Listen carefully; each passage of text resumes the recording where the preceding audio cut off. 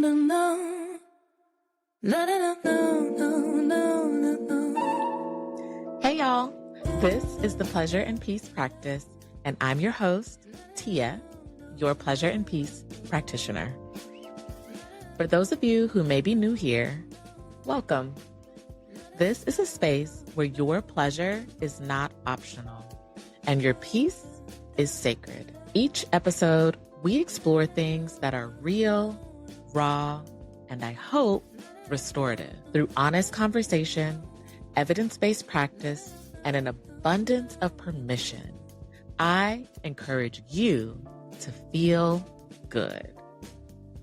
Whether you're here to reconnect with your body, unlearn harmful shame, or just take a breath, you belong here. Welcome in. Welcome back to the Pleasure and Peace Practice with Tia. I'm your host, Tia, and today we are exploring the intersection of magic and mental health. Those who have been following along know that the last 2 weeks we have been talking about magic.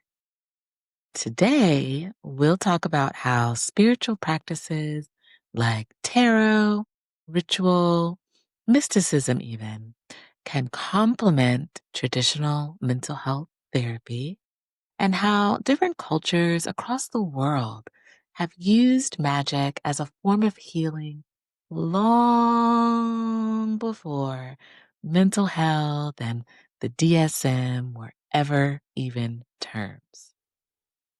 I also have some exciting news for you at the end of this episode, so be sure to stay until the end. Okay, so what does it mean to blend magic and mental health? For those that aren't aware, we already know, right, that when people hear the word magic, they often think of fantasy, spells, wands, and fairy tales. But magic, as we know, in its truest sense, is about the unseen forces, emotional, spiritual, ancestral, that shape our lives. And when we look at mental health work, especially therapy, we're really doing something similar. We are naming the unseen. We are working with belief systems, body sensations, and emotional energy to bring someone back into alignment. That's why, to me, magic and therapy are not opposites. They're really mirrors. So, for example, if you were to pull a tarot card or reflection, it's not about predicting the future. It's a way of tuning in to your inner world. The cards become a mirror for what's already alive inside of you. It's a form of dialogue with the unconscious mind, the same space we often explore in therapy through dreams, memories, and sensations. Magic, then, can be another language for healing. So, one of the most powerful bridges between magic and mental health is ritual. In therapy, we talk about grounding, using the 5 senses to come back to the present moment. In spirituality, we light candles, take baths, or breathe intentionally to connect with spirit or ancestors. Different words, same goal: regulation and reconnection. Ritual gives the mind something to hold on to. It helps the nervous system remember that it is safe. When you light a candle with intention, you're saying to your body, I am here. We are here. We are starting something sacred. And I think that's what healing really is, a series of small, sacred rituals that teach your system it's okay to come home. We know that magic is not new. Magic is ancient. It has existed in every culture, in every corner of the world, as a way to make sense of the mysteries of life. In many African diasporic traditions, for instance, magic is not separate from daily life. It's woven into how we honor our ancestors, how we cook our food, and speak our truth. Practices like hoodoo, voodoo, or Ifa aren't spells, quote unquote, in the Western sense. They're languages of remembrance. They keep us connected to lineage, to earth, and to spirit. In indigenous cultures, magic often shows up as ceremony, smoke, song, or dance, used to rebalance what has fallen out of harmony. Healing isn't an individual act, but a communal one.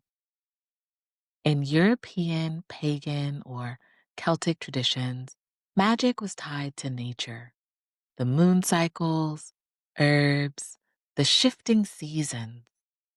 People didn't separate mental, physical, and spiritual health. They saw them as part of the same ecosystem. Honestly, so do I. Even today, in modern spirituality, through tarot, astrology, or manifestation work, we're really just echoing these older traditions. What has changed is the context, not the core. Now, what happens when we bring all of this together? When we let mental health and magic sit at the same table, we remember that healing is not just clinical. Healing is cultural. It's not just about coping. It's about connection. For some people, therapy alone or magic alone gives them the tools that they need. For others, therapy becomes even more powerful when combined with spiritual practices or magic, journaling with tarot, grounding with ritual, or using astrology to explore cycles of growth. There is no one right way. The key is intention and integrity. Using these tools to deepen self awareness, not to escape from reality. Magic becomes most powerful when it's used to bring us closer to ourselves, not farther away. Now, in closing, I promise some exciting news, and I keep my promises. There are two things. First, next week, for the first time ever, I will be airing a guest on the show. This episode will be about an hour long, so quite a bit longer than normal, but I promise it is so worth it. It does stick with the theme of magic, and I just know you're going to love it. Second, after next week, Season 1 of the Pleasure and Peace Practice with Tia will be coming to a close. I have had so much fun recording this season, 20 episodes after next week, and I really look forward to Season 2. So, what do you need to know? The month of December, I will not air any new episodes, but you can still submit your inquiries and I will respond on social media. Depending on what the inquiry is, I might pop on a bonus episode, but it'll be a surprise to you and me. In Season 2 of the podcast, 2026, I will also be responding to any messages I might receive in December. So this year, so far, you are part of listeners across the globe with 9 countries and counting. I am looking forward to all the things we will talk about together in the new year. Now, next week, it will be a 1-hour treat, and then I will be back in your ear for January 7th, 2026.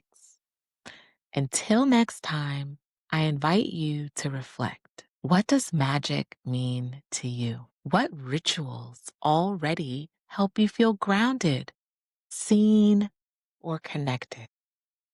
And how might you honor your own lineage of healing, whether that's through therapy, prayer, dance, or quiet moments of stillness? Because at the end of the day, both magic and mental health work remind us of the same truth. You are whole. You are powerful. And healing is not about becoming someone new. It's about remembering who you have always been.